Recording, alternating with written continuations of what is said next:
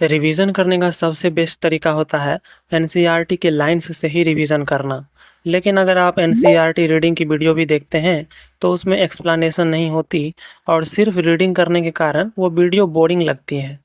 Other one shot video से अगर आप रिवाइज करते हैं तो उसमें डायरेक्ट एनसीईआरटी की लाइन्स मिसिंग होती है और वो ज़्यादा टाइम लेती है। लेकिन इस वीडियो में एनसीईआरटी की सारे ही लाइन को कवर कर दिया गया है विथ एक्सप्लेनेशन, और इसमें कलरफुल नोट्स के साथ कम से कम टाइम में रिवाइज कराया गया है। इसलिए बस एक बार इस वीडियो को शुरू से लेकर एंड तक देख लेना और चैनल को सब्सक्राइब जरूर कर लेना, क्योंकि अगर ये वीडियो आपके फीड से मिस हुआ तो शायद मैं आपको दोबारा नहीं मिलूंगा। Breathing and exchange of gases, जिसमें O2 का यूटिलाइज किया जाता है ताकि इनडायरेक्ट ब्रेकडाउन से सिंपल मॉलिक्यूल बन सके, और मॉलिक्यूल को ब्रेक डाउन करने के बाद जो बनता है glucose, amino acid, fatty acids etcetera. इसका पर्पस होता है कि एनर्जी निकाल लिया जाए ताकि बाद में काम कर सके, जिससे हार्मफुल बाय प्रोडक्ट बनता है CO2 कैटाबॉलिक रिएक्शन से। ब्रीथिंग एक ऐसा प्रोसेस है जिसमें ऑक्सीजन को कॉन्टिन्यूस सप्लाई करना पड़ता है सेल्स को और CO2 को बाहर निकालना पड़ता है। डेफिनेशन ऑफ ब्रीथिंग में रेस्पिरेशन जिसको कहते हैं, process of exchange of O2 from atmosphere with CO2 produced by the cells. Physical action, chest moves up and down when hands are placed on it. Habitat and level of organisation में mechanism vary करता है different group of animal के बीच में। Variation इसलिए होता है क्योंकि habitat and level of organisation अलग अलग होता है। सिंपल डिफ्यूजन में lower invertebrates like sponges, coelenterate, flat worms exchange करते हैं O2 एंड CO2 को सिंपल डिफ्यूजन से over their entire body surfaces. Specialised surface in invertebrates, earthworm use करते हैं मॉइस्ट क्यूटिकल्स को। इंसेक्ट यूज करते हैं नेटवर्क ऑफ ट्यूब्स को, जिसको ट्रैकियल ट्यूब कहते हैं, ट्रांसपोर्ट करने के लिए एटमॉस्फेरिक एयर को। Aquatic arthropods and molluscs use करते हैं स्पेशियल वेस्कुलराइज्ड स्ट्रक्चर जिसको गिल्स कहते हैं। गिल्स है इसलिए ही ब्रांकियल रेस्पिरेशन कहते हैं। टेरेस्ट्रियल फॉर्म यूज करते हैं वेस्कुलराइज्ड बैग्स लाइक लंग्स है इसलिए इसको पल्मोनरी रेस्पिरेशन कहते हैं। फिशेस यूज करते हैं गिल्स को। Amphibian, reptile, birds and mammals respire करते हैं लंग्स के द्वारा।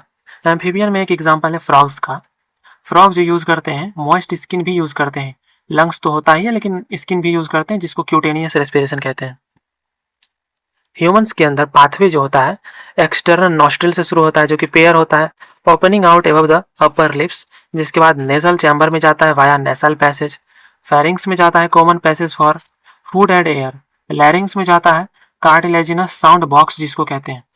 Trachea straight tube to the mid thoracic cavity. Larynx cartilaginous box होता है जो कि हेल्प करता है साउंड प्रोडक्शन में, जिसको साउंड बॉक्स भी कहते हैं। एपिग्लोटिस जो होता है थिन इलास्टिक कार्टिलेजिनस फ्लैप होता है, कवर करता है ग्लोटिस को ताकि हम जब खाना को स्वलो करें तो वो लैरिंग्स के अंदर ना जाए।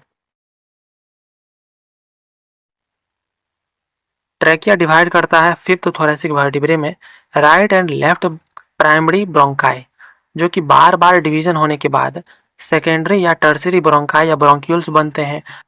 खत्म होते हैं वो टर्मिनल ब्रोंक्यूल्स पर। Trachea primary, secondary, tertiary bronchi and initial bronchioles तक सपोर्ट किए जाते हैं इनकम्प्लीट कार्टिलेजिनस रिंग्स से। हर एक टर्मिनल ब्रोंक्यूल खुलता है एक एल्वियोलाई में, जो कि एल्वियोलाई होता है thin irregular walled vascularised bag like structure. Branching network of bronchi and bronchioles and alveoli जो होता है वही लंग्स को बनाता है। और दो लंग्स हमारे पास होते हैं जो कि कवर किए जाते हैं डबल लेयर प्लूरा से।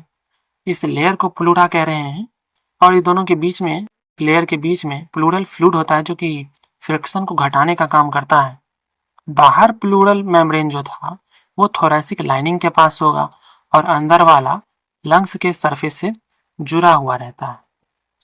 कंडक्टिंग पार्ट आता है एक्सटर्नल नॉस्ट्रिल से टर्मिनल ब्रोंक्यूल्स तक, जो कि ट्रांसपोर्ट करता है एटमॉस्फेरिक एयर को एल्वियोलाई तक, क्लियर करता है फॉरेन पार्टिकल्स को, ह्यूमिडिफाई करता है और बॉडी टेम्परेचर पे लेके आता है उस हवा को। Exchange and respiratory part alveoli में होता है और उसके डक्ट में ही एक्सचेंज या रेस्पिरेटरी पार्ट होता है।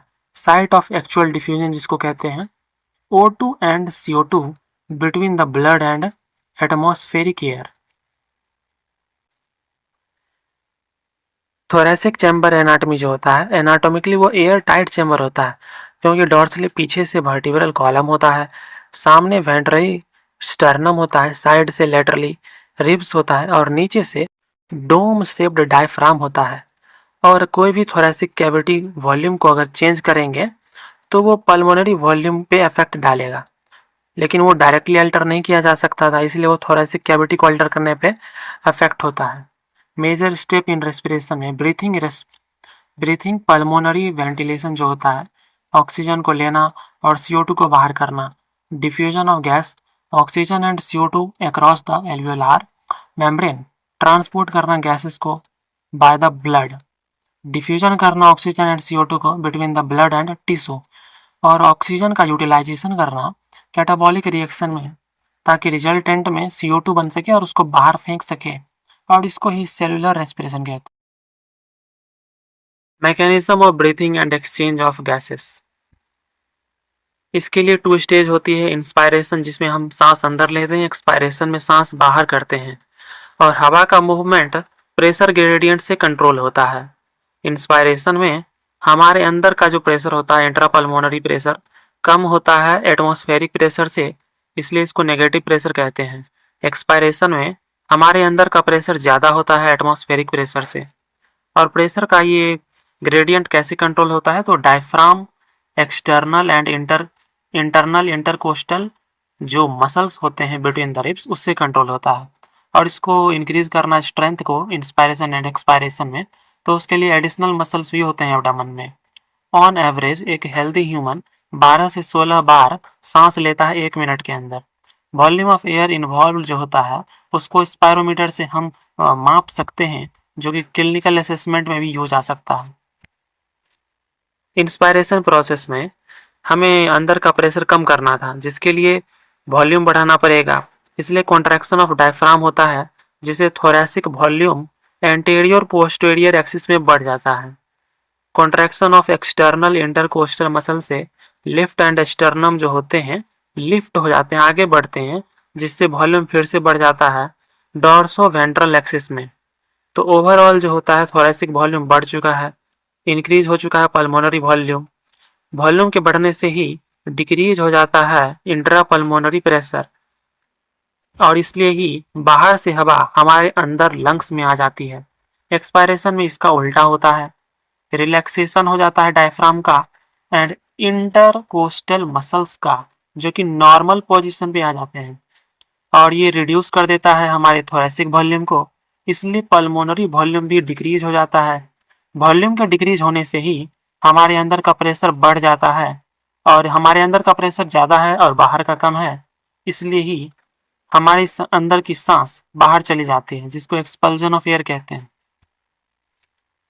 रेस्पिरेटरी वॉल्यूम्स में tidal volume of air inspired and expired during the normal respiration, हम जब नॉर्मली सांस लेते हैं तब कितना वॉल्यूम होता है, तब 500 ml होता है, लेकिन 1 मिनट में 12 से 16 बार सांस लेते हैं तो मल्टीप्लाई करने पर 6000 से 8000 ml पर मिनट हो सकता है tidal volume. Inspiratory reserve volume में extra volume of air a person can inspire forcible inspiration करके, नॉर्मल जितना सांस लिए उससे अगर ज़्यादा दम लगा के सांस लेने पे कितना सांस ले सकते हैं, उसको इंस्पायरेटरी रिजर्व वॉल्यूम कहते हैं, जो कि 2500 से 3000 ml तक होता है। एक्सपायरेटरी रिजर्व वॉल्यूम में एक नॉर्मल ह्यूमन कितना सांस बाहर जबरदस्ती एक्सपायर कर सकता है, नॉर्मल एक्सपायर करने के बाद कितना एक्स्ट्रा एक्सपायर कर सकता है फोर्सिबल एक्सपायरेशन करने पे, उसको एक्सपायरेटरी रिजर्व वॉल्यूम कहते हैं, जो कि 1000 से 1100 ml होता है। रेसिडुअल वॉल्यूम क्या होता है, तो volume of air remaining in the lungs even after a forcible expiration, जबरदस्ती सांस बाहर फेंकने के बाद भी जो हवा बच जाए उसको रेसिडुअल वॉल्यूम कहते हैं, जो कि 1100 से 1200 ml होता है। पल्मोनरी कैपेसिटीज अलग अलग होती हैं। Inspiratory capacities, total volume of air a person can inspire after a normal expiration, normally expire कर दिए उसके बाद कितना सांस अपने अंदर रख सकते हैं उसको ही इंस्पायरेटरी कैपेसिटीज कहते हैं। तो ये टाइडल वॉल्यूम और जबरदस्ती जितना सांस बाहर से ले सकते हैं इंस्पायरेटरी रिजर्व वॉल्यूम को मिला करके होता है। एक्सपायरेटरी कैपेसिटी क्या होता है, तो total volume of air a person can expire after a normal inspiration. Normally सांस अंदर लेने के बाद कितना हवा बाहर निकाल सकते हैं, तो टाइडल वॉल्यूम तो निकालेंगे ही, और जबरदस्ती जो निकालेंगे वो एक्सपायरेटरी रिजर्व वॉल्यूम होगा, उसको ही एक्सपायरेटरी कैपेसिटीज कहते हैं, जो कि टाइडल वॉल्यूम प्लस ईआर भी है। Functional residual capacity FRC, volume of air that will remain in the lungs normal expiration. Normal expiration करने के बाद जितना हवा हमारे अंदर बच जाता है उसको फंक्शनल रेसिडुअल कैपेसिटी कहते हैं। जो जबरदस्ती निकालने वाले थे वो भी बच जाएगा, और जो जबरदस्ती निकालने के बाद भी बच जाता है रेसिडुअल वॉल्यूम, वो भी बच जाएगा। वाइटल कैपेसिटी में maximum volume of air a person can breathe in after forced expiration. हमने दम लगा के सांस बाहर फेंक दिया है, तो उसके बाद कितना सांस अंदर ले सकते हैं, तो पहले ईआरवी लेंगे, फिर टाइडल वॉल्यूम लेंगे, और फिर दम लगा के बाहर से सांस ले सकते हैं तो आईआरवी भी ले सकते हैं। इसका अलग डेफिनेशन भी हो सकता है, जैसे कि maximum volume of air a person can breathe out after forced inspiration. जबरदस्ती का सांस लेने के बाद हम कितना सांस बाहर निकाल सकते हैं, तो आईआरवी निकाल देंगे, टाइडल वॉल्यूम निकाल सकते हैं, और ईआरवी भी निकाल सकते हैं। टोटल लंग कैपेसिटी में total volume of air accommodate जो हमारा लंग्स कर सकता है फोर्स्ड इंस्पायरेशन के बाद, वो टोटल लंग कैपेसिटी है। मतलब सब कुछ जोड़ दो, तो इसमें residual volume, ERV, tidal volume, IRV आएगा, सारा ही आएगा। मतलब कि वाइटल कैपेसिटी में रेसिडुअल वॉल्यूम को भी जोड़ देंगे। एक्सचेंज ऑफ गैसेस में एल्वियोलाई जो होता है प्राइमरी साइट होता है एक्सचेंज ऑफ गैस का। एक्सचेंज ऑफ गैस फिर बाद में ब्लड एंड टिश्यू के बीच भी होता है। तो O2 एंड CO2 जो एक्सचेंज होता है वो सिंपल डिफ्यूजन से होता है, जो कि प्रेशर ग्रेडियंट की हेल्प से होता है। Solubility of gas and thickness of membrane involve करते हैं, इंपॉर्टेंट फैक्टर होते हैं जो कि रेट ऑफ डिफ्यूजन को अफेक्ट कर सकते हैं। तो पार्शियल प्रेशर क्या होता है? पार्शियल प्रेशर जो होता है pressure contributed by individual gas. एक मिक्सचर में एक इंडिविजुअल गैस कितना प्रेशर लगा सकता है उसको पार्शियल प्रेशर कहते हैं। रिप्रेजेंट किया जाता है PO2 एंड PCO2 से। Concentration gradient present for oxygen from alveoli to blood and blood to tissue. Oxygen के लिए जो होता है कंसंट्रेशन ग्रेडियंट एल्वियोलाई से ब्लड के लिए होता है, और ब्लड से फिर टिश्यू की तरफ होता है, इसलिए वो टिश्यू के पास ऑक्सीजन चला जाता है। लेकिन यही ग्रेडियंट CO2 के लिए अपोजिट डायरेक्शन में होता है, मतलब टिश्यू से ब्लड के पास जाएगा और ब्लड से एल्वियोलाई से फिर बाहर निकल जाएगा। सोल्युबिलिटी एडवांटेज CO2 के पास होता है क्योंकि वो 20 से 25 गुना ज़्यादा O2 से भी ज़्यादा सोल्यूबल होता है। इसलिए amount of CO2 that can diffuse through diffusion membrane per unit difference in partial pressure ज़्यादा होता है, बहुत बहुत ज़्यादा होता है compare to oxygen. Diffusion membrane का जो लेयर होता है वो 3 मेजर लेयर से बना है। Thin squamous epithelium of alveoli, endothelium of alveolar capillaries, basement substance in between them. Total thickness जो होता है 1 मिलीमीटर से भी कम होता है, जो कि फेवरेबल होता है, इसलिए ही गैस का डिफ्यूजन हो पाता है। Transport of gases and regulation of respiration. Blood एक मीडियम की तरह काम करता है ट्रांसपोर्टेशन के लिए ऑक्सीजन एंड CO2 का। 97% ऑक्सीजन जो होता है ट्रांसपोर्ट होता है आरबीसी से ही ब्लड में। रिमेनिंग 3% जो होता है ऑक्सीजन वो डिजॉल्व हो जाता है प्लाज्मा में और उसी से ट्रांसफर होता है। हीमोग्लोबिन रेड कलर का आयरन कंटेनिंग पिगमेंट होता है जो कि आरबीसी के अंदर होता है।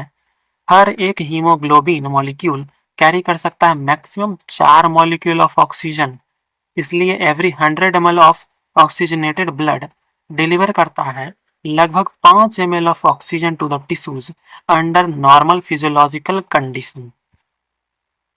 CO2 में CO2 तो 20 से 25% CO2 ट्रांसपोर्ट किया जाता है आरबीसी के फॉर्म में, आरबीसी के थ्रू कार्बो एमाइनो हीमोग्लोबिन बनके। 70% CO2 कैरिड किया जाता है बाइकार्बोनेट के फॉर्म में। 7% CO2 डिजॉल्व होता है प्लाज्मा में और उसी से जाता है। बाइंडिंग विथ हीमोग्लोबिन जो होता है रिलेटेड होता है partial pressure of CO2 and O2। PCO2 ज़्यादा होता है, PO2 कम होता है at tissue level. Every 100 ml of the deoxygenated blood deliver करता है 4 ml of CO2 to the alveoli. Oxygen में वही 5 ml था टिश्यू की तरफ। Binding of oxygen with haemoglobin is primarily जो होता है रिलेट होता है पार्शियल प्रेशर ऑफ ऑक्सीजन से ही। वही तो बाइंडिंग ऑफ ऑक्सीजन को अफेक्ट करता है। पार्शियल प्रेशर ऑफ CO2 भी रहता है। फिर हाइड्रोजन आयन का कंसेंट्रेशन से भी अफेक्ट होता है। टेम्परेचर भी अफेक्ट कर सकता है, फैक्टर बन सकता है, जिससे हम सिग्मोइड कर्व बना सकते हैं percentage saturation of haemoglobin with O2, जो कि प्लॉट किया जाएगा अगेंस्ट द PO2। और ये बहुत ही ज़्यादा यूजफुल होता है इफेक्ट को पढ़ने के लिए। कौन सा इफेक्ट? तो PCO2 एंड H प्लस का कंसेंट्रेशन का इफेक्ट ऑन द ऑक्सीजन का बाइंडिंग। तो इसमें बहुत ही अच्छे से समझाया गया है एल्वियोलाई के लेवल पे ऑक्सी हीमोग्लोबिन का फॉर्मेशन और टिश्यू के लेवल पे dissociation. Partial pressure of oxygen जो होता है एल्वियोलाई के पास ज़्यादा होता है, टिश्यू के पास कम होता है, इसलिए डिसोसिएशन होता है। कार्बन डाइऑक्साइड का एल्वियोलाई के पास कम होगा तभी तो ऑक्सीजन जुड़ेगा, और हाई PCO2 होगा इसलिए ऑक्सीजन वहां से निकल जाएगा। हाइड्रोजन आयन भी कम होता है, टिश्यू के पास ज़्यादा होता है। टेम्परेचर भी कम होता है और टिश्यू के पास ज़्यादा होता है। तो एल्वियोलाई के पास सिर्फ PO2 ज़्यादा होना चाहिए, बाकी सब कम होना चाहिए।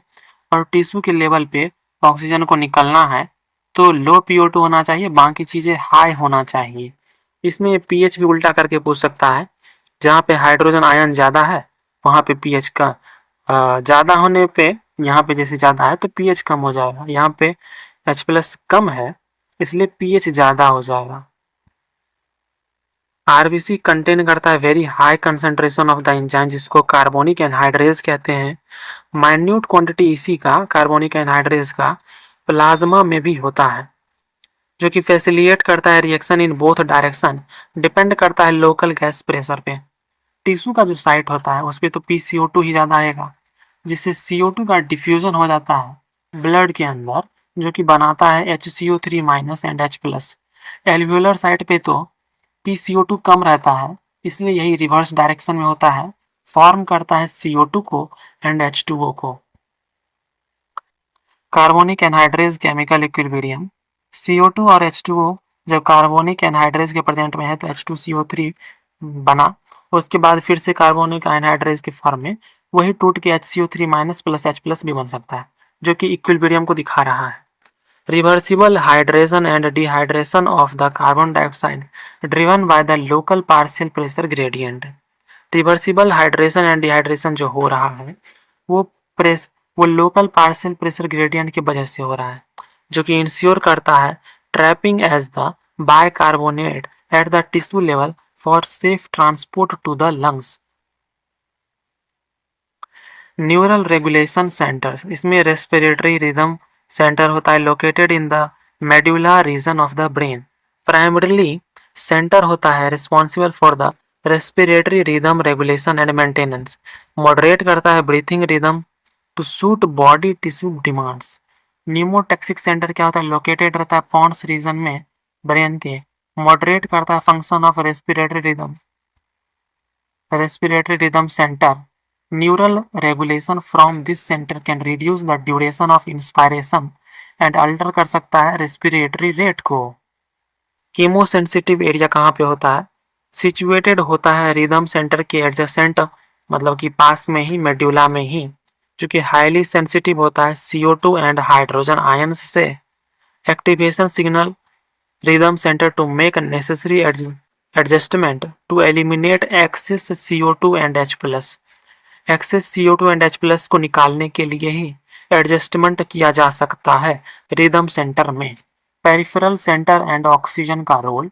Receptor associated with aortic arch and carotid artery recognise करता है CO2 एंड H प्लस का चेंज को, जो कि नेसेसरी सिग्नल भेजता है rhythmic centre for remedial action.